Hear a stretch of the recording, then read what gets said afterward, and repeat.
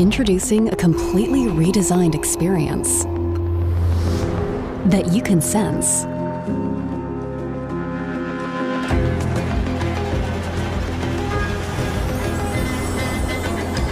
And that senses you. The new Dell Latitude laptops bring your work closer to you.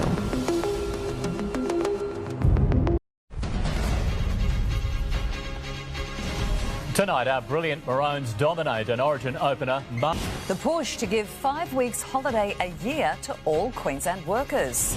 Young thieves run riot in a stolen Porsche.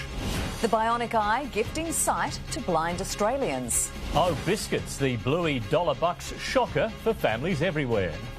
This is 9 News Queensland with Andrew Lofthouse and Melissa Downs. Good evening. Our mighty Maroons are 1-0 up in the State of Origin, but tonight the brilliant win is being overshadowed by a single tackle. The brutal shot knocked Broncos star Reece Walsh out of the match and saw his Blues hitman sent from the field in a moment that will go down in Origin history. It was an unfortunate one that probably has taken away a little bit of the gloss from Queensland's success. The tackle made more controversial by Sydney media's urging of the Blues to target Queensland's most electric player. That's ridiculous. I'll keep my feelings about that to myself. I didn't mean it at all. I just went there to go tackle him and accidentally clipped his head. It is what it is. Like, yeah, that's footy at the end of the day. Like, if he meant it or not, but just got to move on with it, I guess. Joseph Suali'i will miss the match facing suspension, admitting today he'd let his state down as our mighty Maroons close in on Origin glory. Jacob Chico, 9 News. One of 3 teenagers charged over the 4-hour torture of a 13-year-old girl filmed on the Sunshine Coast has walked free from court. The 16-year-old girl was sentenced to 2 years detention, wholly suspended, on a conditional release order over the incident in Tewantin last March. She'll need to complete 160 hours of community service and undergo rehabilitation programs and psychology assessments. 35-year-old Brenton Sin has faced court today, charged over an alleged arson attack that destroyed multiple Petrie businesses last month. Sin remains behind bars tonight after being extradited from New South Wales earlier this week. He made no application for bail. Sin was charged with a total of 12 offences over a 10-day period, including arson, break and enter and fraud. He returns to court in August. An extra week of paid annual leave sounds nice, and it could become a reality if trade unions get their way. The proposal also includes more money for younger workers, but employer groups say it will end up costing jobs and businesses. Before dawn in Adelaide, the Prime Minister paying for coffee. Gotta get the right one. Pretty good here. He was served by 24-year-old Katie. Tonight, though, unions want any younger colleagues to be the ones paid more. Those young workers, they pay full rate on groceries, full rate on rents. Junior rates apply to 75 awards in low-paid industries such as hospitality, retail and fast food, usually for those under 20. As an 18-year-old, I'm earning $10 less than a 21-year-old, roughly. This is quite a natural thing that junior workers would be paid less than seasoned workers. And that's reflected in the current settings. Tonight, the change is just a proposal and would need to be negotiated into awards or approved by the Fair Work Commission. I support the Fair Work Commission and Fair Work Commission having proper processes. And in the City of Churches, a union prayer for another week of leave for Australian workers. We would again urge that common sense be applied here. These proposals come at a time of weakness in the economy and productivity, but they also come at a time of increased union influence here in the corridors of power. The Prime Minister and Workplace Minister Tony Burke honoured and on hand as unions gathered last night. Our trade union movement will not forget what this Labor government has done. Charles Croucher, 9 News. Masked thieves have stolen 2 luxury cars from a family home in Brisbane, taking them on a joyride across the southeast. Overcoming every defence the property owners had installed, tonight the gang is still on the run. After a click of the garage switch, you can see these burglars are beside themselves, realising the luxury haul they're about to get their mitts on. And took our bags and stole our car keys and drove off with both cars. A Porsche and a BMW. Here the thieves were minutes earlier, pulling up to this Paddington home in a Honda CR-V, jumping over a concrete wall, unlocking this glass sliding door, all while owners, James and Elise, were asleep inside. It's just super frightening. We have a family. We had my 7-year-old stepson inside when this happened. The gang seen fleeing in the now fleet of cars, hours later ditching the BMW in Stafford Heights. Police locating the Porsche at Acacia Ridge. Tonight, the thieves are still on the run and could strike again. This is the 4th incident in 2 years that we've experienced. We've upped the security of every time we've been broken into. This home has all the bells and whistles when it comes to home security hurdles. It seems these intruders were all too confident they could clear, leaving these homeowners feeling powerless, like all they can do is watch as their home is targeted again and again. We've got security cameras, we've got security alarm, all the doors were locked and even the front gate had a chain and padlock around it. Young crims who are partying and the party in power refuses to acknowledge there's a youth crime crisis. No one will fix crime completely and anyone who tells Queenslanders they can is being dishonest. Lily Greer, 9 News. There are fresh questions tonight over the discovery of a woman's skeletal remains at Kangaroo Point Cliffs. Live to Anna Rawlings at Brisbane Magistrates Court. Anna, coronial findings have devastated her family. Constance Wacho's family maintains she was murdered, Melissa, but today a coroner could not agree. It was a grim discovery, the remains of a woman found in a duffel bag in long grass at the Kangaroo Point Cliffs in 2018. Later identified as 36-year-old mother of 10 Constance May Wacho, who had last been seen a year before. A coronial inquest in 2022 hearing she had been couch surfing. The last person to see her alive was her then partner. Multiple witnesses testified at the inquest, and although the coroner did rule today that Constance's death was suspicious, she said there was not enough evidence to point to who killed her or how she died. We need justice for Constance May Wacho. That's what we need. We want an invitation from the new Queensland Police Commissioner to come and meet with us, because we need to know what's going on. Now, the Queensland Police have told me a short time ago that a senior officer is going to get in touch with Constance's family while detectives are going to review the coroner's findings, Andrew. The investigation is still open and active, so anyone with information that could help is urged to come forward. Thanks, Anna. A taxi driver who witnessed a fatal attack on his elderly passenger is calling for harsher penalties for youth offenders. He's told 9 News he feels re-traumatised, knowing the teenager responsible could be free in 2 years. It was an act so callous, taxi driver John McDougall will never forget it. Witnessing that sort of crime really takes its toll on you. Dashcam vision shows the moment he pulled up to Toowoomba's Grand Central shopping centre last February, only for his would-be passenger to be pushed headfirst onto the road and robbed of his backpack. He had blood on the back of his head, his glasses are broken, shivering sort of thing, hardly moving at all. The victim, 75-year-old Robert Brown, died in hospital a week later, remembered as an avid local photographer. He liked to take a lot of photos of what was going on in the community. He'll always have a soft spot in our heart for Robert. Last week, the teenager who pushed John learned his fate after pleading guilty to manslaughter, robbery and unlawful use of a motor vehicle. We can't name him because he was a minor at the time of the offence, handed 7 years jail, only half of which he'll need to spend behind bars, including time already served, meaning he could walk free by 2026.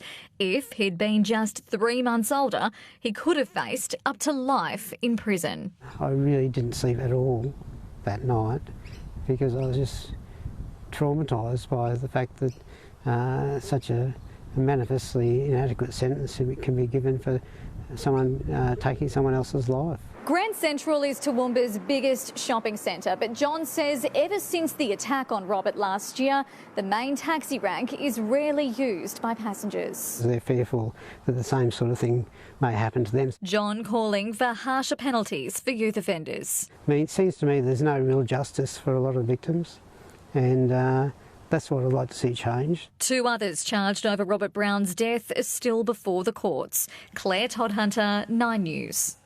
Jack's Law has officially been introduced in New South Wales. The law was established in Queensland 5 years ago by the parents of Jack Beasley after their son was stabbed and killed in Surfers Paradise. The law allows police to use detection devices to warn people for the possession of knives in a range of public spaces. It's actually very emotional, it is. Yeah. It really is. It does mean a lot to us, and to our family. So, and in Jack's honour. The Beasleys met with the New South Wales Premier yesterday and were in Parliament to see the new laws pass. When it comes to buying a house, Queenslanders are being forced to look further and further out of the city. Suburbs, once deemed affordable, are disappearing, with many fearful of what the future holds. Almost 2 years on from a summit that pledged to address the housing crisis, the Queensland Government's plan of attack is once again under attack. Woeful, and the reason we say that is we know we have some 40,000 Queenslanders on a social housing wait list. Concerned that houses aren't being built fast enough. There are a lot of pressures on the housing system, no one is disputing that. Queensland's peak housing body is calling for it to be the cornerstone of next week's budget. We need a government that is focused on action and not just words. But the minister is adamant the best plan has already been laid, with a $2.8 billion investment promised for the next financial year. The Queensland Government has already released a comprehensive housing plan that many reputable organisations have referred to as nation-leading. There were a bucket load of promises made and they weren't fulfilled. And Queenslanders are living through that. It comes as Queenslanders continue to be priced out of the housing market. 5 years ago, 50% of Brisbane's suburbs were considered affordable. That figure is now just 27%. So that is half the amount pre-COVID. Strathmore, the most affordable, with a median house price of $685,000, followed by Griffin and Alexandra Hills. There's definitely more suburbs that are affordable for units, but when it comes to houses, it's quite slim picking now. Meg Sides, 9 News. The Greens leader is threatening to sue the Federal Attorney General over comments about the party's involvement with pro-Palestinian protests. Labor and the Coalition are accusing the Greens of stoking division for political gain. Balaclava-clad pro-Palestinian protesters have been systematically targeting government MPs' offices, promoting their vandalism on social media and their spraying of the red inverted triangle, a symbol of Hamas. A covert campaign claiming Labor's complicit in genocide, which echoes the Greens' claim. Labor's ongoing complicity and support for the invasion. That is complicity in genocide. Protests outside Minister Julie Collins' office suggesting Greens' involvement. The Greens leader himself calling for a blockading of government. The Greens have been nothing other than causing division. Unfortunately, the Greens have been sprung doing that. The Attorney General going further, accusing the Greens and its leader of encouraging criminal behaviour. My lawyers have written to the Attorney General regarding what I consider to be defamatory statements. But attacks like this one on Labor MP Jed Carney's Melbourne office on Tuesday night has all MPs on edge. They seek in a divisive way to raise these issues in order to then weaponise them. We are a party of peace and non-violence. There have been 725 reports of threats being made against Australian MPs, up 160%. So every politician has an interest in avoiding incendiary comments. Andrew Probyn, 9 News. A suspected Russian-Ukrainian terrorist has been arrested in Paris just weeks before the Olympics. The 26-year-old suffered serious burns after an explosion in his airport hotel room. Investigators found guns, false passports and materials for bomb making.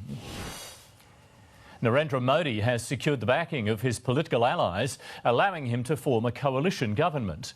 The Indian Prime Minister was forced to rely on their support after failing to gain a majority in the country's election. He's expected to be sworn in for a historic third term over the weekend. As we go to air tonight, commemorations are underway in France, marking the 80th anniversary of D-Day. Europe correspondent Jess Millward is in Normandy.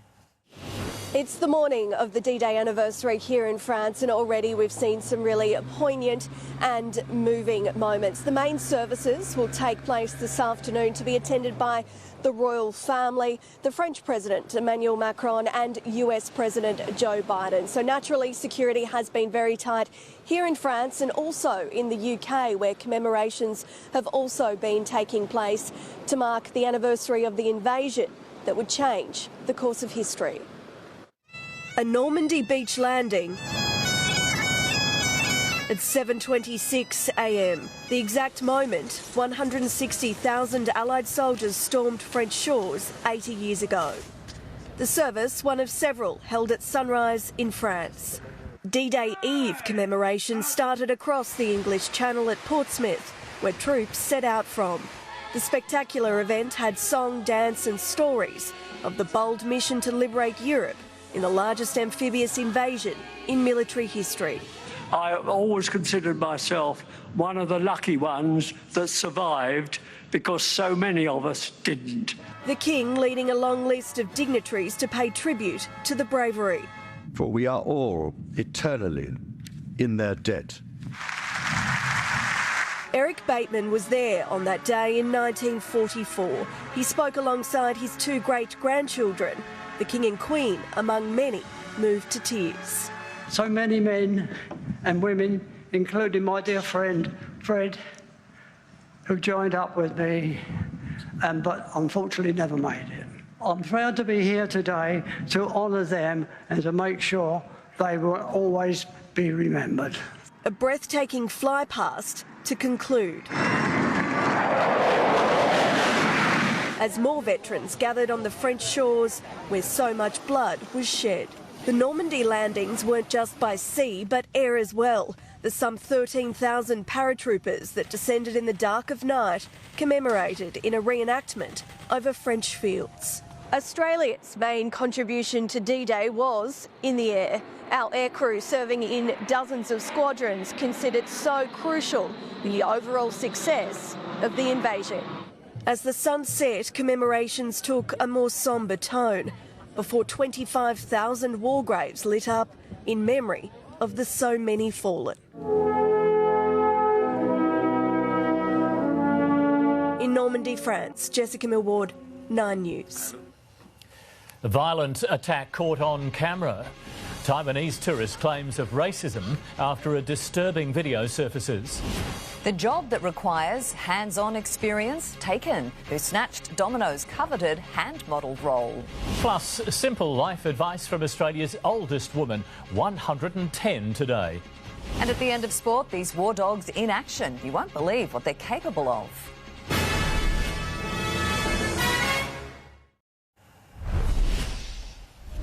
Police are investigating an assault on a group of Taiwanese tourists who claim they were randomly attacked at South Bank on Monday night. On Instagram, video shows the moment the 4 tourists were set upon by a group of teenagers near the Queensland Museum after they say they had rocks thrown at them.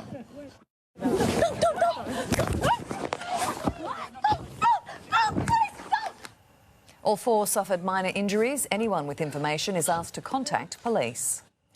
After a nationwide search, a Queenslander has been chosen to be Domino's Pizza's new hand model. Tonight we're getting a sneak peek behind the scenes at his first job and the new products from the pizza chain coming to a billboard near you. His application was a standout,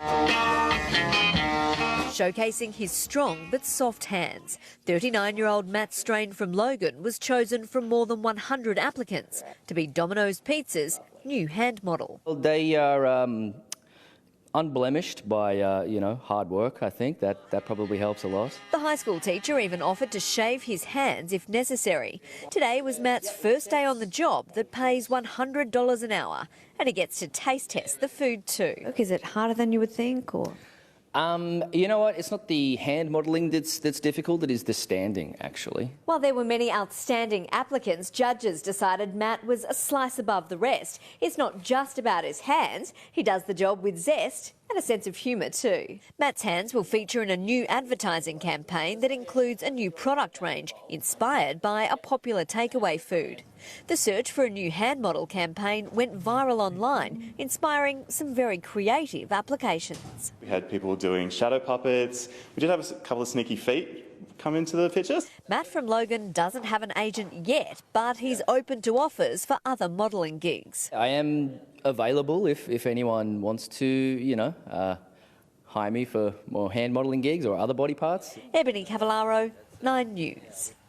Australia's oldest woman is celebrating her 110th birthday. South Australian great-grandmother Lorna Henstridge has been thrown a garden party by 3 generations of her family. It's almost overwhelming because I would not expect it. I would be hobbling around. Lorna still enjoys a daily crossword, walks and coffee dates with her daughter. And her secret to a long life, staying active. Giving hope to those without sight, tonight the future of the bionic eye is here. In a 9 News exclusive report, how it will change the lives of many Queenslanders. That story is ahead. Lift off. Boeing blasts into the space race, a launch years in the making. The Outback Wrangler face to face with the widow of co-star Chris Wilson. On a highway to climate hell, the stark warning from the UN.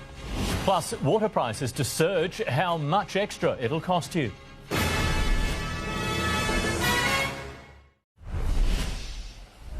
Outback Wrangler Matt Wright has come face to face with the widow of his co-star Chris Wilson at Sydney's Federal Court. Danielle Wilson is suing Wright and Australia's aviation regulator over the helicopter crash that killed her husband in 2022.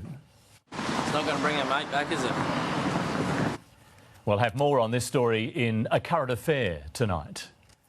We're on a highway to climate hell. That's the warning from the UN as the planet experiences its hottest year ever.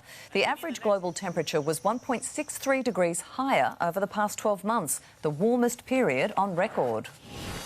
A freight train has collided head-on with a passenger train in the Czech Republic, killing at least 4 people and injuring more than 20. No word yet on the cause. Boeing's Starliner is tonight soaring to the stars with 2 NASA astronauts on board. The historic launch following years of budget blowouts and delays.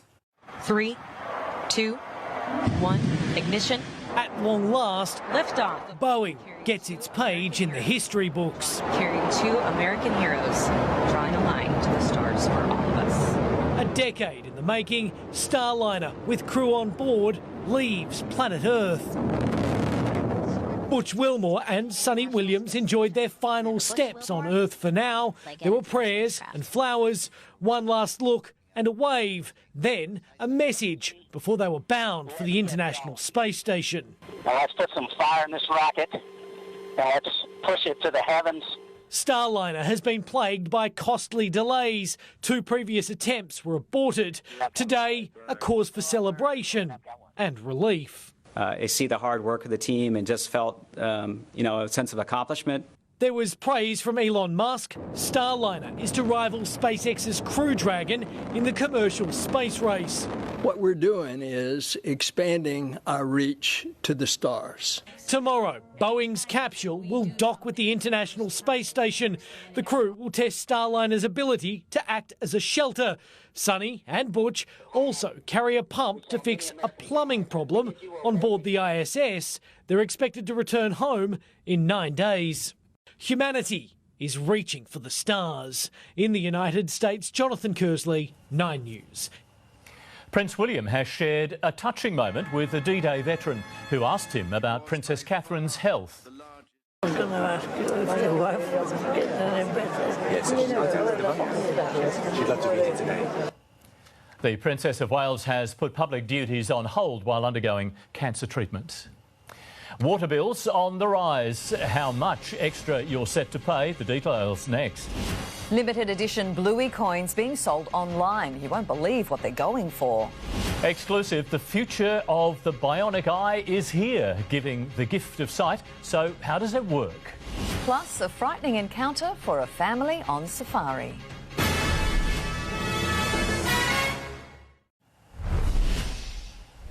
Money matters now, and global interest rates have begun falling, while closer to home, the big banks are reaching record highs. Here's finance editor Chris Kohler. Commonwealth Bank's share price has been one of the finance stories of the year. Today, it topped a new record high, around $125 a share. That happened right on cue, because ABS data today also showed the average new mortgage size across Australia is now a thumping $675,000. And that's a record too. So today we saw clearly big loans mean big bank share prices. CBA helped the share market as a whole, the ASX gaining 52 points. The whole finance sector is now up 3% this week. And the Aussie dollar was back within reach of 67 US cents today. Finally, interest rates around the world are starting to come down. The Bank of Canada cut rates for the first time in 4 years last night. The European Central Bank is tipped to do the same tonight, and markets are pricing in 1 or 2 cuts in the US this year. Most major economists reckon Australia will be a little bit behind, 1 cut expected in November. Checking petrol prices now, and the average for unleaded in Brisbane is $1.82. Diesel is $1.95. The average for unleaded on the Gold Coast is $1.84. RACQ says Brisbane's unleaded prices are beginning to hike, so fill up now from stations charging $1.77 per litre or less. It was supposed to be a timeless treasure for the biggest Bluey fans. The Royal Australian Mint launching a commemorative coin collection dedicated to the beloved Brisbane character. But black market traders are taking advantage, scalping the set in a move labelled un-Australian. Hey, nice one, Bluey. In a cost of living crisis, getting your hands on cold, hard cash has never been tougher. Can that be $5? $5! But could this be the biggest financial challenge Aussie families have faced for some time? Bluey's dollar bucks breaking the internet. And knowing our grandchildren in America adore Bluey, my husband and I both set about enrolling for the lottery. Grandmother Jane Horn, one of thousands left heartbroken after entering an online ballot overnight for the Royal Australian Mint's 3-piece commemorative Bluey coin collection, retailing for $55. Other healer diehards lined up at select distributors from early this morning. About an hour and a half, 2 hours, give or take. We love Bluey! Only to miss out when the coins sold out. But then came the kicker, canny canine currency traders unleashing on platforms like eBay. They've spent today reselling chips for up to $400 and fetching a hefty profit. Which we found anti-Australian. It's being labelled a doggone disgrace. If you didn't snag a Bluey buck, the good news is the coins are legal tender. So by paying cash on your shopping, there's a chance you'll pick one up at the checkout.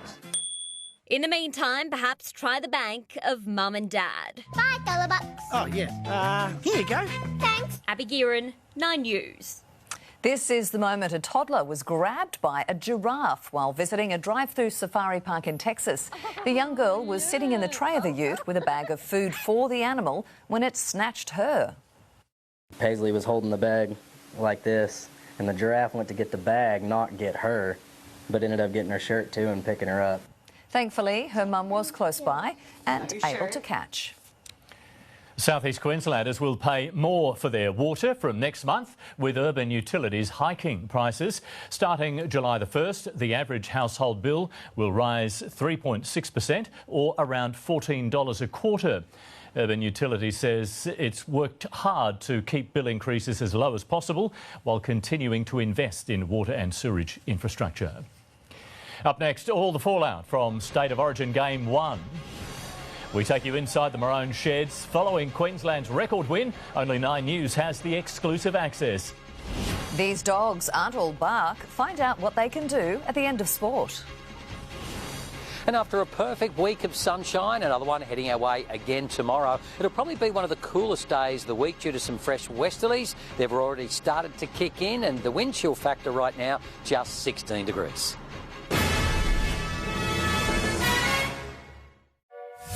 Intuitive, capable, and above all, intelligent. The Ford Escape is fearlessly designed and makes every day effortless.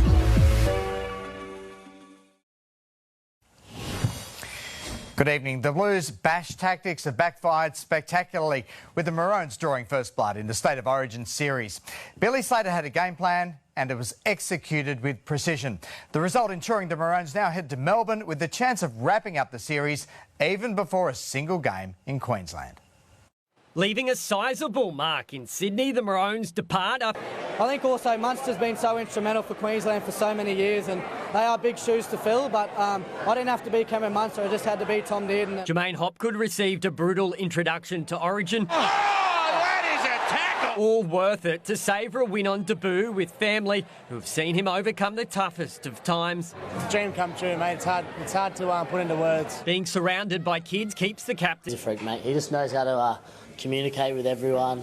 He leads by example, and there's no other skipper I'd love to play for. I'm getting close to the end, I know that, so I'm just enjoying every game, and this group makes it really enjoyable. Having won the series opener down here in Sydney in enemy territory, the Maroons won't get the luxury of home ground advantage again for Game 2, with the next match to be played down in Melbourne. I feel there's a lot of improvement left in this team, and we'll get that. Adam Jackson, 9 News.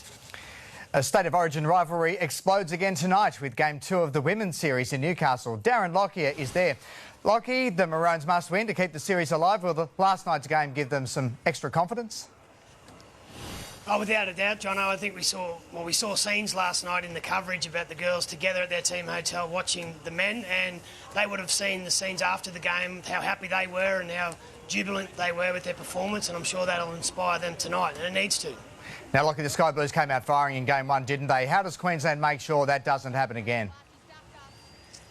Well, they've got to get their defensive intensity going early. The first game, they were definitely lacking that. They've got to get their line speed, get up in the faces of the Blues. And with the conditions tonight, there's a bit of rain around, and their most influential player and their halfback, Ellie Brigginshaw, she goes back to the number 7 jersey at halfback. So her kicking game will be really important. If she can turn the Blues around early in the tackle count, I think that'll go a long way to the result tonight. So they're up for the challenge, but they'll have to play very well to win. And good to see you looking so fresh after last night, Lockie. Thank you. And coverage tonight of that game from Newcastle, live and free right here on 9 at 7:30. After the drama of the Origin opener, there are 7 NRL matches to be played this week, and here are my tips. In the Titans-Rabbitohs game, I'm backing the Titans, while in the Cowboys-Warriors encounter that follows, I favour the Cowboys to sneak home in Townsville. And at Suncorp Stadium on Saturday night, it's the Broncos to chalk up a hat-trick for Queensland teams with a win over the Sharks. My other round 14 winners are the Dragons, Storm, Panthers and the Bulldogs. Tate McDermott has backed fly half Tom Lynagh to play within himself in the Reds' quarter-final clash with the Chiefs in Hamilton. Lynagh returns to the starting side for Queensland, beating out Lawson Crichton and James O'Connor. Tommy's developments come from having, 3 other good 10s that he's competing with week in, week out. Guys like James O'Connor, guys like Harry McLaughlin-Phillips. We don't want him to be a hero tomorrow night. We just want him to do his core game to the best of his ability. Tomorrow's game live on Stan Sport. It seems no one's told the Lions winter has arrived. The side playing shirts versus skins touch footy in this morning's captain's run. Brisbane's season is on a knife's edge as they prepare to take on the Bulldogs, but Chris Fagan isn't pressing the panic button just yet. We are in a precarious position, we know that, but thinking about that's not going to help us win games of footy. If you focus on the result, you can play with a bit too much fear inside of you. You've got to focus on the process. A boost for Brisbane. Brandon Starcevic is expected to make his return from a calf strain. A successful but rusty start to the T20 World Cup for Australia, who defeated Oman in the first match in Barbados. David Warner hit 56 on his way to becoming Australia's highest T20 run scorer. But Marcus Stoinis was the star, belting 67 as the Aussies made a modest 164. Stoinis then took 3 for 19 with the ball as Australia won by 39 runs. Sadly, Alex de Minaur out of the French Open, but look, how good was Origin last night, and hopefully the girls will level the series tonight. Yep, for sure. Thanks, Jono. 9 News can tonight give you a rare insight into the day-to-day training of Australian Defence Force explosive detection dogs. Many are rescue pups, hand-picked before undergoing intensive training at Enoggera's Gallipoli Barracks. They serve our country for around 8 years. That's 56 in dog years. They essentially provide a way that can't necessarily be replicated with other technologies and other means. Meet the 7th Brigade's 8 ADF Explosion Detective Dogs, or EDDs, one of just 4 teams around the country undergoing daily training to sniff out explosive devices, weapons and ammunition. It's an expedient and efficient way to detect those explosive threats. They come in all shapes and sizes, typical working breeds like collies and kelpies preferred, but not essential. The thing we look for mainly is hunt drive and prey drive. A close bond with their handler, key to mitigating threats at major events like the Olympics. It's the ability of the handler to be able to read the body language of the EDD to make that assessment and then potentially call in those other assets and technologies. The majority of explosive detection dogs are rescues, adopted from council shelters, particularly ones with high energy like Casper here, who are hard to rehome. They're very high drive and can become quite destructive, which is perfect for us. So we want a dog that has that drive. It's all a big gain to them. The EDDs will be in action at a 7th Brigade Open Day next Saturday. Claire Todd-Hunter, 9 News. Well, in just 3 minutes, giving the gift of sight to everyday Queenslanders in a 9 News exclusive report, how this new bionic eye is changing lives. That story is next. But firstly, here's Gary with a check on the weather. Gaz, it was a beautiful day in the River City.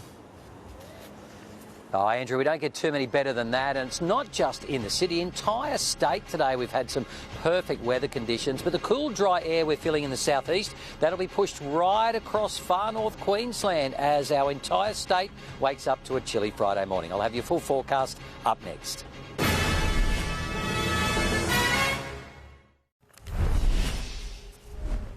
An Australian-made bionic eye has restored a sense of sight to a group of totally blind patients. The technology creates flashes of light to help them avoid obstacles and find items around the home. When Colleen's bionic eye was first switched on, the 74-year-old, who is totally blind, got a bright surprise. And it was like, oh, so it was quite exciting to actually see something. The Geelong great-grandmother is among 4 blind Victorians to receive a bionic eye in 2018, which has given them enough functional vision to do ordinary tasks like the laundry. Continuing to produce really good outcomes for these patients. So tick, tick, tick. The Centre for Eye Research Australia and Bionics Institute Technology comprises an electrode array implanted behind the eye and glasses featuring a camera. That camera converts images into electrical pulses. These activate retinal cells and create flashes of light called phosphenes to help patients detect edges, shapes and movement. So navigating around an obstacle course, identifying a door, locating objects on a table. By using the device, I can tell that, there's trees or buildings or things like that. Colleen still requires a cane and a guide dog, but the bionic eye means she can better navigate unfamiliar spaces inside and out. To allow these people to have greater independence. The next step in the Bionic Eye project is to embark on a larger clinical trial that aims to recruit more people with blindness worldwide. The fact that it's so safe and is continuing to actually give really good results is so important. Certainly enhances the experience of getting out there in your community. Emily Rice, 9 News. Switch on a Daikin Alira X split system with advanced streamer technology to remove more than 99% of harmful indoor air pollutants and surround yourself with cleaner air this summer. Daikin, perfecting the air. Gary's back now with the full weather forecast. And Gaz, we've seen some great whale pictures this week, but you have had your very own close encounter. That's right, Melissa. It was an incredible experience, and it was only yesterday morning, if I can paint the picture for everyone at home, just after sunrise. I'd had an early morning surf at South Stradbroke, could see some whales on the horizon, and this is what I encountered. Take a look at these pictures. I'd only just got my phone out, hit record. Within moments, a huge humpback breached and nearly landed on top of me. And even better, there was someone behind me on a jet ski filming with a GoPro. big thank you to Karina Ma, who sent me these pictures. I now have evidence of that close encounter. If you want to try whale watching at the moment, it's incredible on the Gold Coast. Maybe a little bit safer to do it with one of our tour operators. They're providing some incredible experiences at the moment. Weather will be ideal for it the next few days. Let's have a look at weather now across southeast Queensland. Temperature-wise and the minimums, well, 4 degrees for Oakey and Warwick, topping out at 24 around Tin Can Bay, 23 in Brisbane, Archfield, Ipswich, Beaudesert and Redcliffe. The weather map, rain to continue across eastern Victoria, southeast and central New South Wales, with some heavy falls likely. For the capitals, a couple of showers in Perth, Sydney and Canberra, cold morning in Alice Springs down to 2 degrees, sunny in Darwin and 29. Queensland, cooler temperatures across our state, mid-20s for the north, lower Burdekin, low 20s for the central coast with Sundays, Wide Bay and Capricornia. Cold morning inland, but a top of 21 for Mount Isa and Longreach. Roma down to 1 degree. Here in the southeast, early inland fog, followed by a beautiful sunny day. It'll be a cold morning, but fresh westerly winds bringing a cool day. Toowoomba only heading for a top of 13. Most of the suburbs just around 20 degrees. Moreton Bay, southwesterlies at first, tending westerly 10 to 15 knots. Brisbane, a sunny day, fresh westerlies and a high of just 20 tomorrow. Your outlook, Saturday morning cold, down to 9 degrees, a top of 21. Sunday, Monday, Tuesday, 23, maybe 25 for Wednesday. Ipswich, a week of beautiful blue sky days. The morning's cold, but days warming up over the weekend and up to 25 by Wednesday. The Goldie, a week of sunshine, light winds, cool mornings, awesome days. Temperatures rising up to about 25 by the middle of next week. Sunshine Coast, mostly sunny, light westerlies the next 7 days. Once again, cool mornings but comfortable days, and we could see mid-20s by early next week. So a little bit chilly tomorrow, guys, but we're in for some beautiful days once again. Good news. Thanks, Gary. And before we go, let's take a look at a story you won't want to miss on 9 News tomorrow night.